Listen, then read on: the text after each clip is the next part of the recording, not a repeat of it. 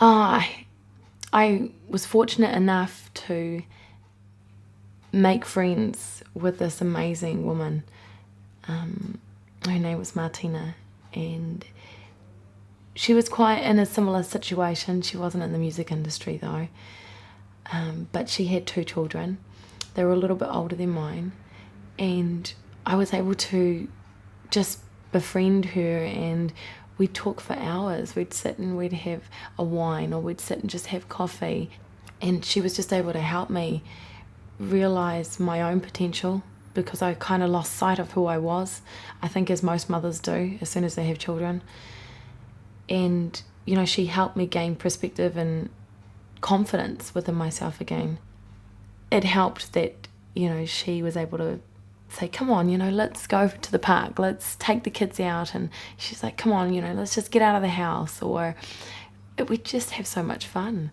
And I needed that laughter. I needed that friendship, that somebody that I could confide in, that wasn't going to judge me, but also could feel what I was going through and was able to give me honest opinion, but give me guidance at the same time. I think I started to gain a little bit of my self-respect, and started to realize that, I wasn't embarrassed about feeling how I felt, and that when I realized that other people would feel this, other mothers would go through the same thing, other singers would go through the same thing, it made me realize, what, I'm not alone, but then again, I can also pull myself out of this. And then I was able to feel a lot more confident in myself to start opening up and letting my mother especially know what was going on, because I was so embarrassed to tell her, and I felt like such a failure. But I started to gain that confidence back and realize that I wasn't the only one going through these feelings. And so what I did was I started to remember the things that I was before I had kids and before I started singing, and the things that I enjoyed, which was playing netball, being around friends and just having those girls' night outs, or having a job. Having a job was so rewarding, and it just makes you feel like, what, I'm contributing to my family, I'm contributing to my society. Being able to have normality and not stick myself in the corner of the house, and being able to get out and talk to people, that was my most rewarding part. And then being able to just do that and feel like, what, I can be a mother, I feel good about myself. So I was able to go out and play netball and continue to be this bubbly person that I always knew I could be, and I always was. I started to gain more strength and decided that living in Los Angeles and living away from my family was not where I needed to be, and I needed to be with my family. I needed to be around friends, and I needed to be around what I knew and where I felt comfortable, and where my kids and where I felt more happier and at my happiest, because there's nothing like being home.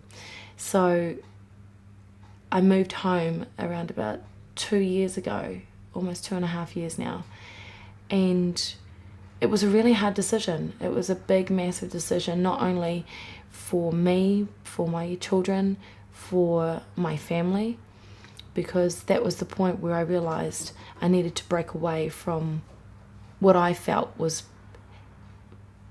keeping me in that hole. Daily life for me now is happy. It's full of excitement.